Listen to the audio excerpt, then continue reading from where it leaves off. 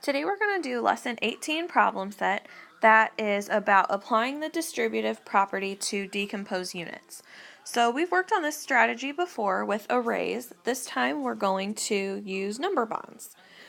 So we're going to solve 8 times 10 equals blank by using the distributive property, which is kind of similar to our break apart strategy. So let's go ahead and get started on that one. You can see in our number bond here that we have 8 tens at the top, and we have broken that into 5 tens and blank.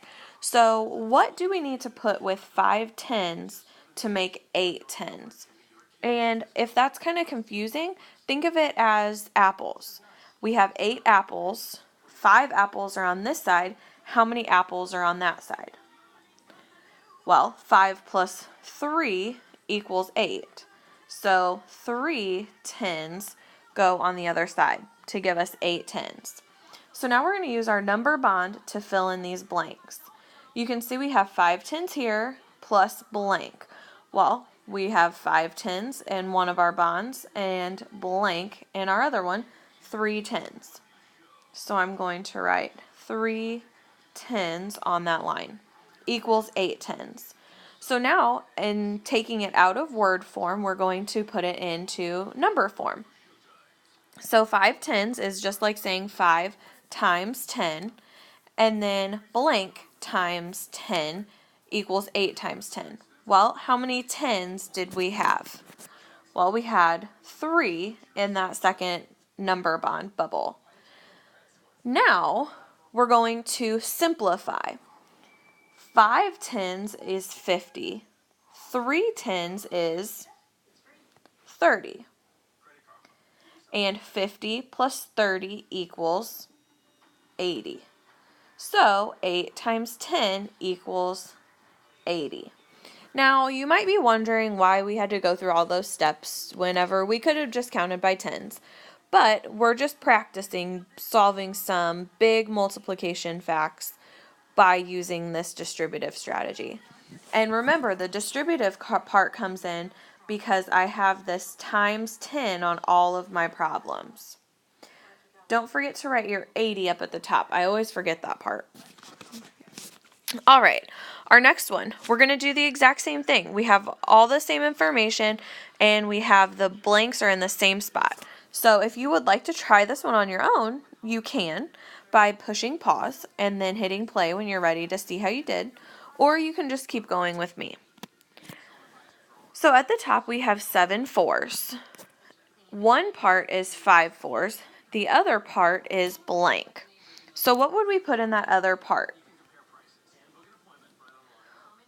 Well, if I think of it like apples, if I have 7 apples and then 5 apples on one side, I would need 2 apples on the other side to make 7. So 2 fours is going to go in that bubble.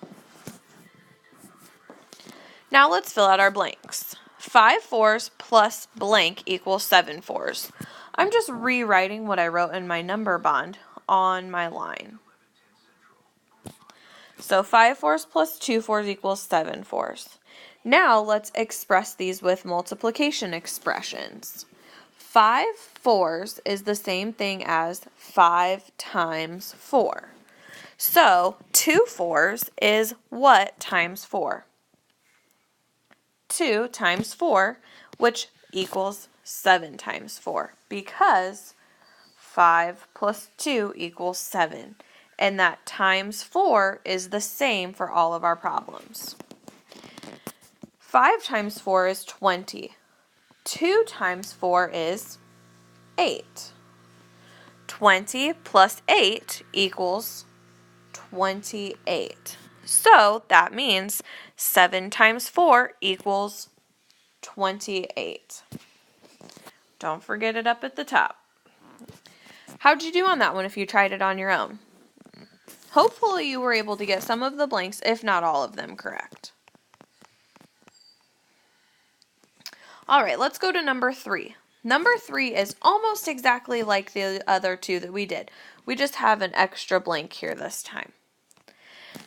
And you'll notice that instead of word form in our bubbles, we have multiplication expressions this time. So I have 9 times 10 at the top, 5 times 10 on one side. What am I going to put on the other side? If I just forget about the times 10 part and I write it over here, then I don't have to think about it anymore, because I know that each one of my pieces is going to be times 10 because of that distributive property. Now I just need to think about what and what gives me 9. 5 plus 4 equals 9. So there's my second bubble, 4 times 10. So 5 tens plus blank equals 9 tens. Well, I know this is 5 tens, this is 9 tens. How many tens do I have here? 4 tens. Just writing it in word form. Now let's fill out our expressions. 5 tens is the same thing as 5 times 10. So what times 10 is 4 tens? 4 times 10. 5 times 10 plus 4 times 10 equals 9 times 10. Let's solve. 5 times 10 is 50. 4 times 10 is 40. 50 plus 40 equals 90.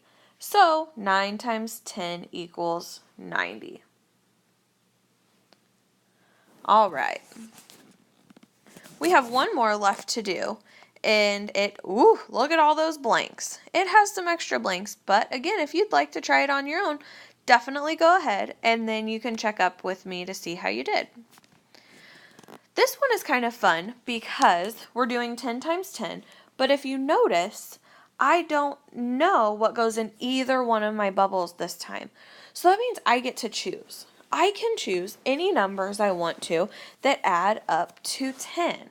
So let's think about our combinations. What plus what equals 10? Well, I can start at the beginning. 1 plus 9 equals 10. 2 plus 8 equals 10. 3 plus 7 equals 10. 4 plus 6 equals 10. And 5 plus 5 equals 10. I could also do 0 plus 10 equals 10. You can choose any of those combinations to use for this problem and try it kind of matching what I'm doing here. Or you can just go along with what I'm doing. I'm going to use a special trick this time, and I'm going to use 5 times 5, or 5 plus 5, I should say. I'm going to use 5 plus 5 for a special reason that I'll talk about here in a second. So if I'm using 5 and 5, that doesn't mean I'm writing 5 times 5 in my bubbles. Because remember, my distributive property tells me that everything in my bubbles has to be times 10. Notice what about my two expressions here? 5 times 10 and 5 times 10. So, if I'm doing 5 times 10 twice, I only have to solve it once, don't I? Tricky, tricky. Alright, so let's turn our expressions into word form. If I have 5 times 10, how do I write that in words? 5 tens. And then I know that I'm going to write 5 tens again because it's the same thing. So, to fill out my blanks, I have what times 10? Notice I already wrote my answers up here. So if you chose 3 and 7, you'd be writing 3 times 10 plus 7 times 10, or 4 times 10 plus 6 times 10. 5 times 10 is 50. 5 times 10 is 50. See how I kind of cut my work in half by doing the same thing on each one? 50 plus 50 equals 100, so that means 10 times 10 is 100. Alright, on to page 2. There are 7 teams in the soccer tournament. 10 children play on each team. How many children are playing in the tournament? Use the break apart and distributive strategy and draw a number bond to solve. Okay, so I know I have 7 teams with 10 children on each team. Let's start with our number bond. What am I going to put as my total at the top? Well, I have 7 teams with 10 people on each team, so that is 7 tens. How can I break that apart to make it easier for me to solve? Well, what do I normally break my 7s into? My 7s can be broken into 5s and 2s. Because if you remember, my 5s and my 2s are my skip counting facts, so those are normally easier for me. Don't forget to label each one as 10s. Now, let's use our distributive strategy. So I have 7 tens equals 5 tens. And what am I doing with the 2 tens? Am I adding, subtracting, multiplying, or dividing? I'm adding, so plus 2 tens. Now I'm going to write in number form. 7 tens is the same thing as saying 7 times 10 equals 5 tens, which is 5 times 10. Don't forget the parentheses. Plus 2 tens, or 2 times 10. Let's solve. 7 times 10 equals 5 times 10 is 50, plus 2 times 10 is 20. 7 times 10 equals 50 plus 20, which is 70. There are 70 children playing in the tournament. Number 6. What is the total number of sides on 8 triangles? It doesn't tell us how to solve this problem, but since I'm practicing the distributive and break apart strategy, that's what I definitely want to try to use. So let's draw our number bond again. What's my total at the top? Well, I'm trying to find the total number of sides on 8 triangles. So I know I have 8 groups. And how many are in each group? Hopefully you're thinking 3 because there are 3 sides on each triangle. So 8 threes. What can I break 8 into? I have a couple of different options on this one, don't I? But normally when I'm working on my 8s and my 7s, I'm always going to try to use that 5s fact. 5 and not 2 this time. I'm going to do 5 plus 3 gives me 8. And remember, because of that distributive property, they're all 3s. All right, let's solve. I'm going to write out our top couple lines, and then I want you to try to pause it and see if you can fill out the rest of the lines by using the work that we did up here as a guide. So 8 threes equals 5 threes plus 3 threes. Another way of writing 8 threes is to write 8 times 3. How can I write 5 threes? 5 times 3 plus 3 times 3. Here's the time where you could pause and try to figure out the rest on your own. 5 times 3 is 15, plus 3 times 3 is 9. So 8 times 3 equals 15 plus 9, 24. 24 sides on 8 triangles.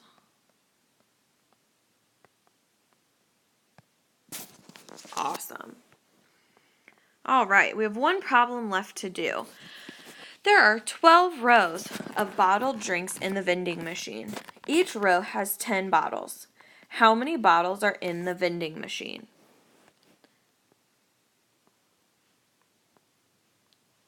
So I know I have 12 rows of 10 in each row. So 12 tens. What could I break 12 apart into? We haven't really worked with 12 before, so let me give you a hint. I definitely want to try to use a skip counting fact.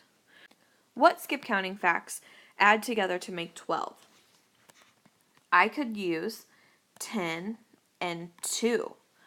I know my 10s and I know my 2s.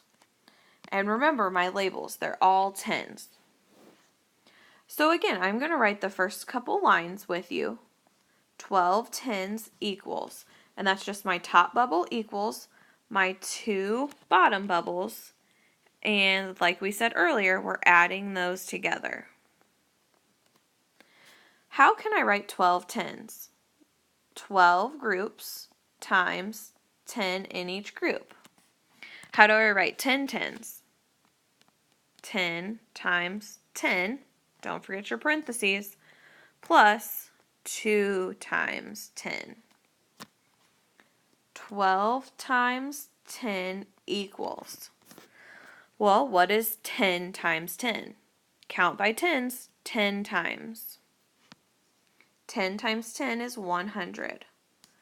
Plus 2 times 10 is 20. So 12 times 10 equals 120. There are 120 bottles. All right, that was a lot of writing for today's lesson, wasn't it? There was a lot of steps in our break apart strategy, but that's a really, really nice strategy that I think you'll find that you'll use even as you grow older. You're going to break apart numbers to make them easier for you to solve, especially when it comes time to be doing mental math. Please save this work so you can refer to it when you're doing your word work problems on our next lesson. You can save it as M1L18. Thanks for following along and working so hard with me today.